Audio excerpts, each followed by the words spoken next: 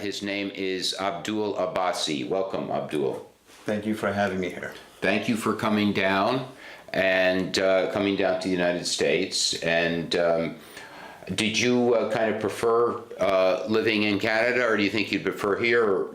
Well, like you said, I feel like I'm a Cambridge native, and this is where I'm from. This is the culture I grew up with. And although nationally I'm a Canadian, I feel culturally I'm an American. So do you have American citizenship or Canadian citizenship? Canadian citizenship.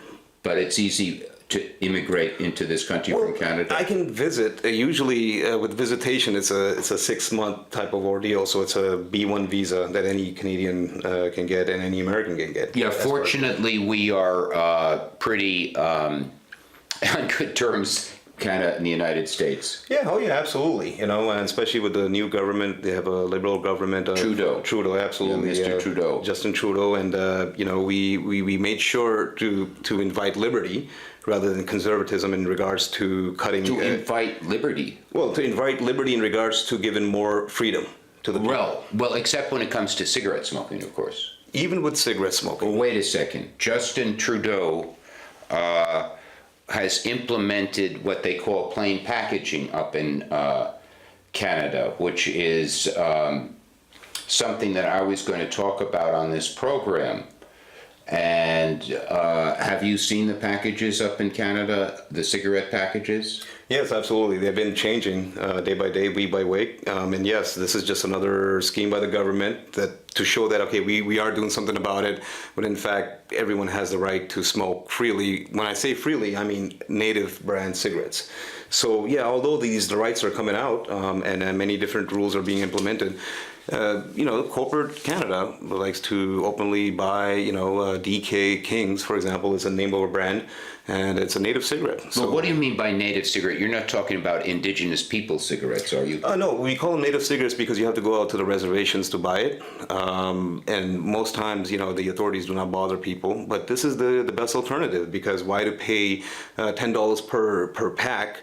Or pay $12 per pack at some places, where you can just buy for $5 a pack. Well, I mean, so Canada has enacted very, very high taxes on people who smoke. Well, they have actually, but this used to be $5 a pack, and like I said, $8 a pack, and then it switched up to $12 a pack. And that's all tax. All tax. So it doesn't seem like when you say the Trudeau government, and of course, Cambridge Citizens for Smokers' Rights, as we were just discussing, does not want to be partisan, but when you say in Canada he is introducing liberties, certainly by penalizing people for buying cigarettes, that doesn't seem to be, you know, a liberty. Well, in fact, if you look at the penalization and by the authority, it was more done under Stephen Helfer. So under the Helfer government, you saw more, you know, restriction put on to smokers. And you know, and when I keep saying natives, the reason is because tobacco, it was created and it has been grown by natives before any of us got here. And well, that's right. That's right. We stress that here, but I mean, Canada. Okay, for example. But you can't smoke in a restaurant or a bar anywhere in the country of Canada, can you? No, you cannot. But there are certain locations that are specified for cigarette smoking in Quebec. So, in Quebec. And is that the only province? Well, that's the thing. Now you have Justin Trudeau who's in power. Right. However, Quebec is his main power base for liberty or liberalism or the liberal government.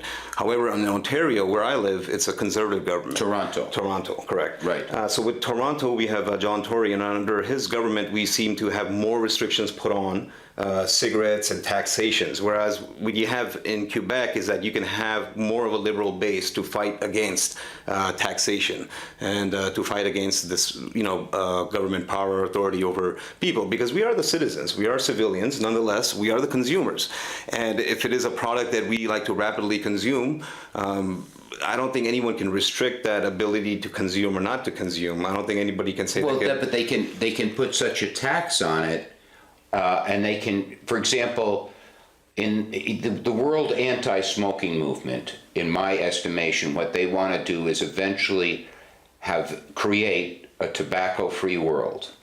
I mean, they look into the future. They're visionaries. Yes, that's and they correct. want to do this by making tobacco as unpleasant to smoke, meaning you have to go outside in the cold. You can't smoke in your apartment, you have to go out at night. That's right. And as expensive and as socially stigmatized as possible. In other words, make smokers appear to be somehow kind of lesser citizens, morally. So isn't that all going on in Canada to an extreme, in a degree more extreme than here in the United States? No, at certain locations it is going on, like Vancouver, and if you look at British Columbia and other locations, but they are still, if you look at the majority of Canada lives in the suburbs. They live out in the country. So the cities are, fine, they're setting up these laws, but in the country there's really no law, and there's really no... Regarding tobacco, in regards to forcing down what is going on. So if people are selling native cigarettes, if the people are selling... What about non-native cigarettes, for example? What's a non-native cigarette up there? Well, I mean, the cheapest brand would be Peter Jackson. And that's definitely a non-native cigarette. So it's all Benson Hedges. It's all... it's non-Philip Morris, but these companies are all coal-related anyways, whether it's America or Canada. So if you search into these companies that makes Du Maurier, that makes which is a popular brand out there, Du Maurier cigarettes, Belmont, which is another popular brand. And if you look at the makers of these cigarettes, they're the same ones over on this side of the border, or in England. And so it's all, whether it's England, America, or Canada, these are the culprits. Now, you seem to have taken a particular interest in tobacco. Absolutely. Why is that? Well, see, it all started with that when I started buying stale cigarettes. Stale cigarettes. Stale cigarettes, and I was buying cartons, and I felt like I got ripped off. And I know it sounds weird, but because I was a chain smoker for a while, but I cut down on it. But I still respect the independence and the right to have the freedom to smoke. Yes. Without any governmental control. So you felt that the cigarettes you were buying weren't fresh. Well, they weren't fresh, so I called the back of the number to find out how do you know if the cigarette pack is in fact fresh, right? Yes. And so they gave me a code that you follow. There's like 4 or 5 different codes that you follow that shows when exactly it left the factory in Quebec. So when it gets to Ontario. So this is why I was able to track down where I can buy the most freshest cigarettes. So for example, Costco was one of the wholesale locations. Yes. And I was buying it from them in big amounts. So By the carton? By the cartons, absolutely. Well, I mean, you're paying an awful lot of money because you're paying taxes. I was paying an awful lot of money. And that's not going to the tobacco companies. Don't blame the tobacco companies for the high cost. See, the thing is, there's a problem though. It's free healthcare. Free healthcare.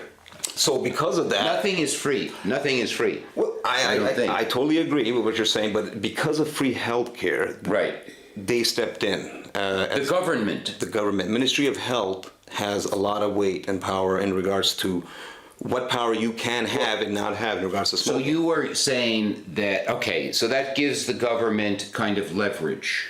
And then they can say, well, we're paying for your medical care, therefore everything you do, especially smoking, is of interest to us. Whether you ride a bike or take a car to work is of interest to the government, right? Yeah, absolutely. But then again, there are a lot of people who are advocate the freedom to smoke, and even in Canada, oh my God, in Toronto, if you go there, there's a lot of people pushing for. I met a lot of people who are pushing for the right to be free. Now, but what about the right to smoke in a bar if the bar owner wants you to smoke there? That I would have to look into. I mean, isn't that a right, or is that not a right? It's not a right in regards to when an insurance company get involved, when alcohol gets involved, when there's some sort of a fire hazard that may be. Then all of a sudden the government needs to intervene. Exactly. It's kind of like film production. Okay, film production happens a lot in Toronto. American film companies come up there. Right. But if the Film Safety Board has not approved it, nothing cannot be filmed. Okay, so do you think that the medical costs, there's an argument made that we smokers, and I'm a lifelong smoker, I enjoy tobacco. It's been a friend to me. It's been a comfort to me. It's been a solace to me in times of difficulty, emotional, what have you. So I have nothing but good things to say about tobacco. Sure, absolutely. And I have nothing, frankly, but good things to say about the tobacco companies, because they have supplied me with a very, very reliable product at a very, very good price, aside from the taxes that the government, I think, praise on me for. And I would like to just reiterate what you were saying early on is that you do have the right to smoke. You are a majority consensus of smokers. The question is the majority of America and Canada a smoking population, or is it a non-smoking population? So if it's a non-smoking population, then obviously the government will implement these ideas. But if it is a consensus that comes together and says, look, we have the freedom of smoking. It's not that we like or not like to smoke, whether it's not about if it's good for our health or not. The fact is you do not have the right to control us and tell us what to do. We have a right, and we're going to follow that right. Now, if it bothers you, maybe you should walk away. And if there's, for example, like a designated location in a park where there are children, fine. Well, now, for example, Boston banned smoking in all of its parks and all of its beaches. And if you were fined to $250 fine if you're caught. So I mean, we don't have that law. We do not have that law in Toronto. You have no. Well, in Toronto. In Toronto now. But you don't know about the rest of Canada. Well, the rest of Toronto is the majority of the population. Canada is a 40 million population. Okay, so small population relative to the United States. 4 to 6 million hanging out in Toronto. I mean, so everything hangs out at the edge. It's like a borough, if anything. They got their own subtropical weather, but the rest of Ontario, the rest of Quebec, Manitoba, it's a big major land mass if you look at it. And within that, when people are living in isolated locations, obviously what they feel is not what the majority of us feel. We're in downtown, we're in the city, we're walking. I mean, but okay. I heard of an incident in Canada where a truck driver was driving on a highway and a policeman pulled the truck driver over and gave the truck driver a fine because he was smoking in the cabin of his truck by himself. But because smoking is banned in workplaces, either in the entirety of Canada or in the province, one of the 10 provinces, he was pulled over. Now, does that mean he has a right to smoke, but he can't smoke in the, I mean, what kind of right is that? Okay, so now first of all, what kind of cruiser is on the same level as a truck? That's my first question. And how do you look into a truck being in a vehicle? Well, it wouldn't be that hard, especially if the truck driver lights up a cigarette and all of a sudden you see the match in, So he's being singled out. So I mean, well, but my point is, you say you have a right to smoke. It doesn't happen all the time. I mean, people are using cell phones. But if you have a right to smoke, it seems like you should be able to smoke legally. Without fear of prosecution. Yeah, I mean, Lakeshore, for example, is the hotspot of Toronto. CN Tower, Sky Dome, all the Blue Jays and Red Sox go at it. And you look outside, people are smoking. So, I mean, it's more, over there, it's more of a consideration. That, okay, he's got kids, he's got families, there's a pregnant lady. Do you think it's harmful to smoke in front of children? I personally believe that it is. Yes, why? Because I believe their lungs are, their tiny little lungs. Oh dear, yes. And, you gotta let them grow. I mean, I grew up in my generation. I was born in 1947. Okay. Everybody was exposed. Children were exposed everywhere to heavy amounts of secondhand smoke. Yeah. And we have less asthma than generations who have been insulated from tobacco smoke. Oh, I see. Okay. And we have less autism, less ADD, and many of our mothers smoked when we were in the womb. We have less ADD, less asthma, less autism. So I don't see this idea that, children being exposed to secondhand smoke is harmful. Well, see, whether it's harmful or not, logically, if I'm smoking near a pregnant lady, she's going to start coughing. No, not necessarily. Listen, in 1967, according to government statistics in the United States, 40% of women who were pregnant smoked. Wow. They were not doing their children a favor. You don't think so? Well, because if you look at it, the mother's womb, right? Inside the mother, everything that she eats, everything she breathes, the baby gets to have some of that. Right. You want to get that kid addicted on nicotine. Well, I don't think too many kids came out of the womb and started buying smokes. That's true. So I mean, obviously you have the right to your opinion. I have the right to my opinion. I totally respect your opinion. But I mean, you are. It's not. It seems to me that you have been influenced by this huge wave of anti-smoking propaganda that has been disseminated over the last 40 years. No, I'll speak honestly from the bottom of my heart. That is from me, my brothers, my cousins, anybody that was around when the uncle was lighting up, whether he was smoking a cigarette or just smoking a cigarette. Most of the time, they were coughing. We were all like, "Get away from here! Get away from here! It smells bad." Do you have a big family? I used to. Most of them passed away. I'm sorry to hear that. Yeah, no problem. No problem. My mom passed away. May God bless her soul. And she died of, she had dialysis and medical patients, but she never She had smoked some a cigarette. kidney problems? She had kidney problems. She was on dialysis. Well, let me ask you a question then. Do you think, okay, you say the Canadian government is in charge, gives everybody free medical care, right? Yes, and because of that, when people are smoking, and for example, there are cancer patients, which is because it says right on the cigarette, this will lead to cancer. But that doesn't mean it will lead to cancer. It doesn't mean it will lead to cancer. You're absolutely correct. It might not be. But I mean, the point is, because the government puts That some control. text on the package, doesn't mean the government is being accurate or truthful. They're not being fair if the people of Canada are saying we respect the native. This is a native land. Now, if the native said tobacco is a natural product of their country, a natural consent of all the tribes put together, whether you have the Jabron tribe, the Black tribe, the Blackfoot tribe, you have the Massapee tribe. There's a whole bunch of native tribes that I study slightly. Now, putting them all together, they have a right. This is their land ultimately. Now, if the Canadian flag is saying this, if the Canadian anthem is saying that we stand on guard for thee, for this native land that we're living in.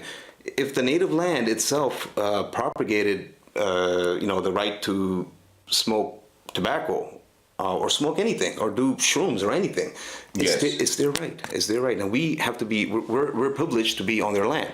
Now we can't just go and say, you don't exist. So you think that because Canadian Indians, if you don't mind me using that term, Okay.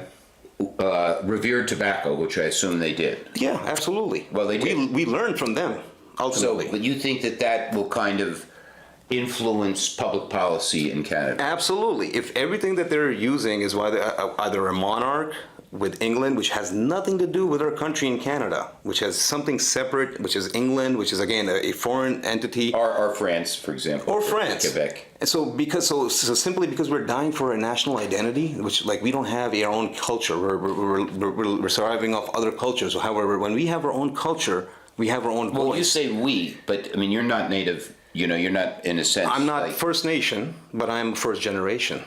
So therefore, I am concerned. Okay. Well, let's get this back here a little bit to, so do you think smokers drive up medical costs more than non-smokers? No, I really don't know. But then again, I would have to look at the facts and the figures and how many cancer patients are linked to cigarettes. And I'm not a medical doctor. I'm not a medical student. I'm in broadcasting and film, so I have nothing to do with anything. Right. And in fact, this is the first time I'm in front of a camera. I'm usually behind the camera. This is the first time you're in the first in your life, huh? In my life. Well, we put this up on YouTube. Oh no! I wish I could say it got 1 million hits. Oh no! I wish I could say it got 1 million hits. To remind you, I have to get back up there in about a few days. Oh, don't. This is not going to get 1 million hits. But I hope it does. I hope it does. But what's wrong? What are you worried about? Well, I hope, within the 300 million population here, I hope there's at least half of that watches this. However, going up there, You mean what, in Canada? Yeah, in Canada. Why would you not want everybody to see it? I have to get a job. I have to apply. I have to get into some broadcasting and film. I have to reach out. And do you think that something you're saying on tonight's program is somehow... Yeah, it is linked. Well, I mean, that doesn't sound like there's a lot of respect for freedom of speech or freedom of thought. If, I don't even know what...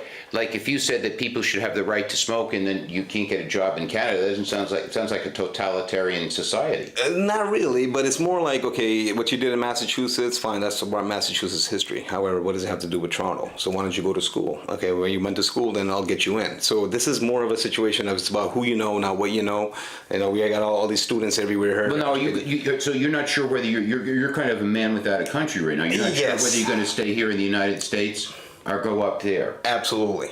Do you know who is a man without a country? Who? Benedict Arnold. Do you know who Benedict Arnold is? I knew he was. I don't want to be referred as Benedict Arnold. No, I'm just kidding.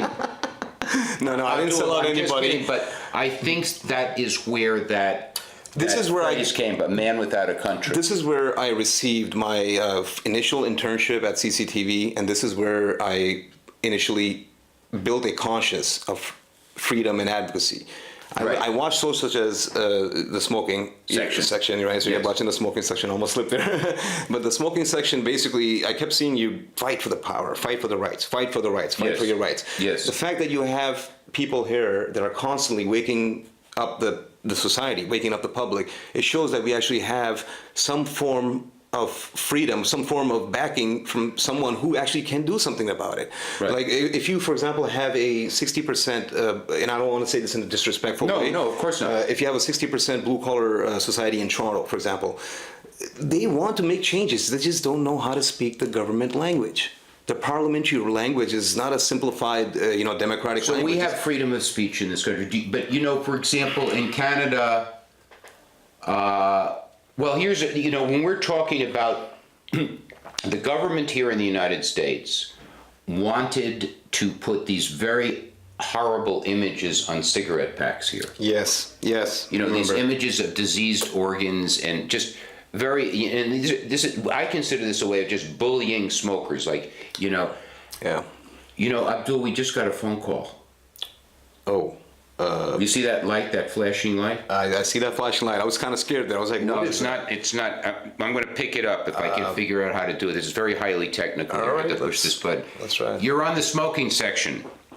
Hi, Steve. This is Paul. This is my good friend Paul Neff, who is in a comrade in arms, and this is Abdul. Paul, what is your question or comment? See you, Abdul. No, I just, I wanted to put in my 2 cents. I had a great day today.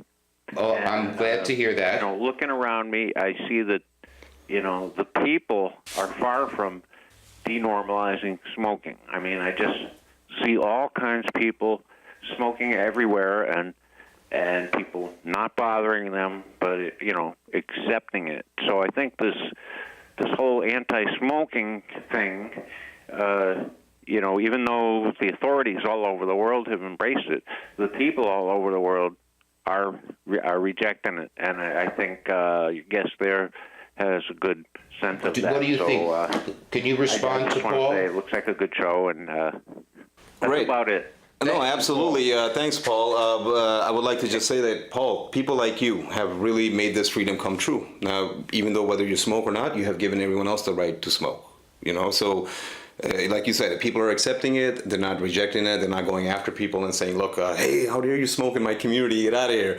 It's more of a freedom that you respect. It's kind of like the right to bear arms or right to, all the other rights.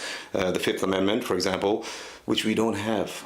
In Canada. We don't have that. And we also have those nasty pictures on cigarette packs. And you know why we don't have them on cigarette packages here? Why? Because a 3-judge panel Okay. in the United States held that the government can require tobacco companies to put a warning on their product. Yeah. They can do that. Mm-hmm. But they cannot require the tobacco companies to carry a message that's designed to elicit an emotional response. That is violating the First Amendment rights of the tobacco companies. Yeah, absolutely. Compelled speech. So that, you can, so these pictures, which are obviously designed to elicit an emotional response. Yeah. So that's the difference. And so you're kind of confirming that in Canada, you don't have that First Amendment right. It's a submersive campaign that you have all these images on cigarettes, but nonetheless, if a smoker's gonna smoke, he's gonna smoke. So you agree with Paul? You think that the public has not really accepted this kind of anti-smoking?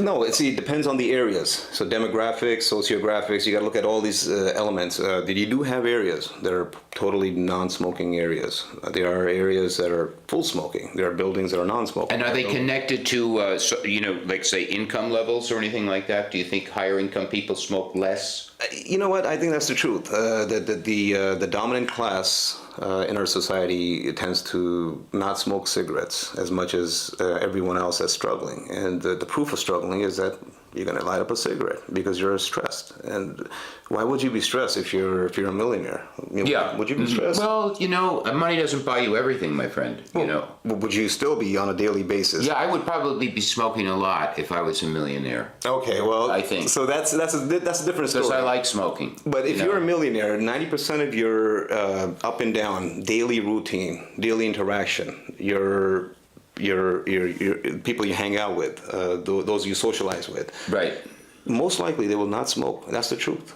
No, I think but it does seem to be class linked. Yeah, it is. So that means that when you tax tobacco, you're basically taxing less affluent people, and it's a transfer of wealth from less affluent people to more affluent people. Yeah, that's all it is. And we as a society try to assimilate to that dominant class, which is a small amount. I mean, that's not right. I mean, we should all have the right to do whatever we want, so long as it doesn't offend others, so long as it doesn't take away anybody else's rights. I think we should stand for the right, and I think it's a great thing you're doing. I wish Well, we thank had. you very much. Absolutely. And I was trying to advocate for this in Toronto, is that we need a local media television. Oh, you mean you don't even have CCTV up there? No, we do not. We have is Rogers Communications, Bell Communications, owning everything from top to bottom. So even your local voice is a corporate voice. So we do not have anything. And then because of CCTV, learning here, doing cable casting here, neighbor media journalism here, a lot of great programs here. I just wish I could smoke in the studio. I can't smoke in the studio. I want the right to smoke. Yeah, I want the right to smoke, the freedom to smoke, the liberty to smoke. You have the right. Well, I can't smoke here. Well, it's because it's a corporate building. Now, if you own this building, you can change. No, I couldn't. No, I couldn't. It's against state law. Abdul, would you thank our guests for watching tonight? Thank you. Thank you so much, Thanks guys. for watching CCTV and the smoking section. Good night. Thanks for having me on, man. Appreciate it. Sorry, I didn't mean to take